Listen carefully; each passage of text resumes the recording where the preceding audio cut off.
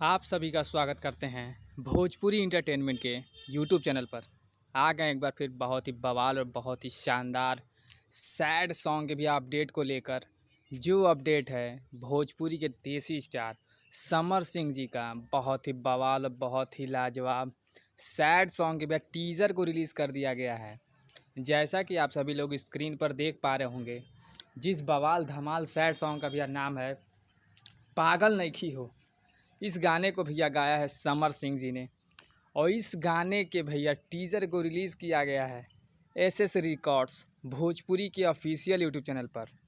तो जो भी फैंस भैया अभी तक इस बेहतरीन और लाजवाब सैड सॉन्ग के टीज़र को नहीं देखा है तो जाएं एसएस रिकॉर्ड्स भोजपुरी के ऑफिशियल चैनल पर जाकर आप सभी लोग इस टीज़र को अपना ढेर सारा प्यारा आशीर्वाद दें।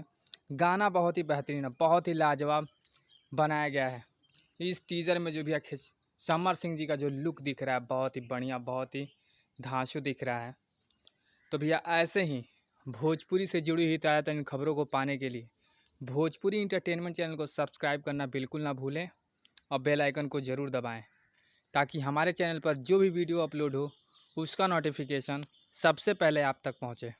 तो फिर मिलेंगे हम ऐसे ही बवाल और धमाकेदार अपडेट को लेकर।